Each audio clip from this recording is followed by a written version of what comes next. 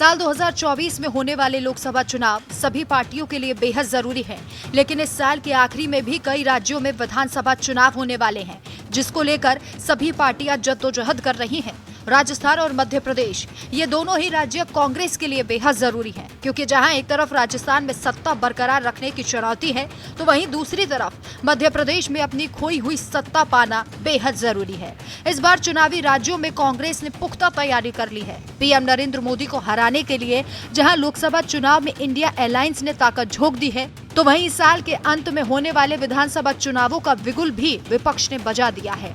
इसी कड़ी में कांग्रेस के राष्ट्रीय अध्यक्ष का पद संभालने के बाद पहली बार मल्लिकार्जुन खड़गे मध्य प्रदेश के सागर पहुंचे। सागर में उन्होंने जनाक्रोश रैली को संबोधित किया। इस दौरान एक एक कर बीजेपी पर उन्होंने कई सिलसिलेवार हमले किए। उन्होंने कहा कि मध्य प्रदेश सरकार अवैध सरकार है, बीजेपी ने हमारे विधायकों को चुराया। दूसरी तरफ वे कहते हैं कि उन्होंने अपने सिद्धांतों पर सरकार बनाई है। वे हमेशा पूछते हैं कि कांग्रेस ने 70 सालों में क्या किया। हमने संविधान को बचाया है, इसलिए वो प्रधानमंत्री बने। लोगों को ईडी का डर दिखाकर आपने अपनी सरकार बनाई है। क्या कहा उन्होंने, विस्तार से आप सुनिए। इलीगल गवर्नमेंट है, लोग उनको चाह कर यहां नहीं बिठाए, हमारे एमएलए को चोरी करके लेके गए। क्योंकि देश है और दुनिया में ऐसा होता है, अच्छे लोग भी होते हैं, चोर लोग भी होते हैं।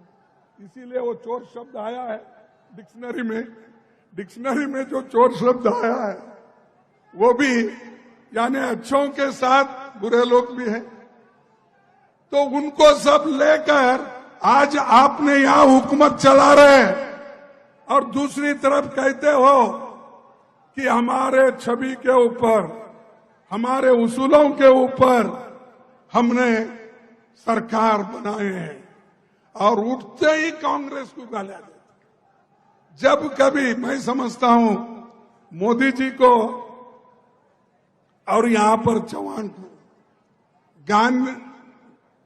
कांग्रेस को गालियां दिए बगैर उनको खाना हजम नहीं होता। वो हमेशा बोलते रहते कांग्रेस ने क्या किया 70 साल में। अरे हम कुछ किया है इसलिए तो तुम प्रधानमंत्री बने, नहीं तो नहीं बनते थे। हमने संविधान बचा के रखा, लोकतंत्र को बचा के रखा, इसीलिए तो आप उस कुर्सी पे बैठे। चौहान को भी वही मिला। अगर ये नहीं होता ना चौहान आते, ना शाह आते, ना मोदी आते, या अपने घर में ही बैठना पड़ता था। तो हमारी देन है। आजादी के लड़ने वाले कौन लोग हैं?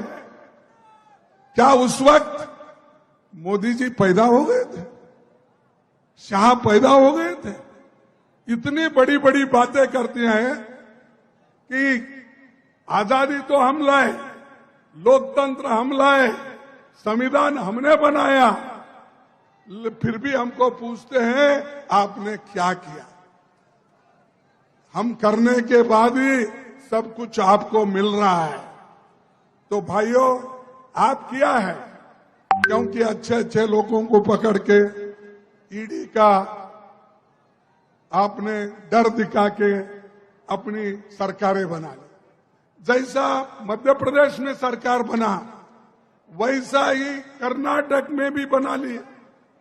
कर्नाटक में भी वहां पर 16 एमएलए को बॉम्बे में रख के उनको मिनिस्टर बनाने का वायदा करके पैसे देके वहां पर उन्होंने अपनी सरकार बना ली। मध्य प्रदेश में बना,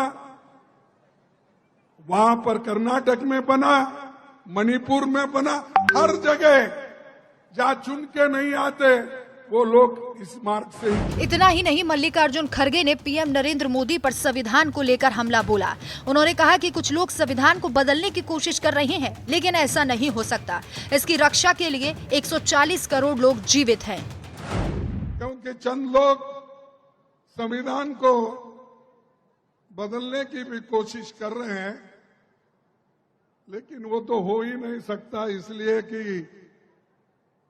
देश के 140 करोड़ लोग उसके संरक्षण में जिंदा है, सपोर्ट करते हैं। इस रैली के जरिए मल्लिकार्जुन खड़गे ने बुंदेलखंड को साधने की कोशिश की। इसमें सागर, छतरपुर, टीकमगढ़, निवाड़ी, दमोह और पन्ना जिले शामिल हैं, जिसमें 26 विधानसभा की सीटें हैं, जिनमें से 15 पिछले राज्य चुनावों में बीजेपी ने जीती थी, जबकि कांग्रेस ने 9 और सपा और बसपा को एक एक सीट मिली थी। अब देखना होगा कि विधानसभा चुनावों में कांग्रेस क्या कमाल कर पाती है। आपकी इस खबर पर क्या राय है, हमें कमेंट करके जरूर बताएं।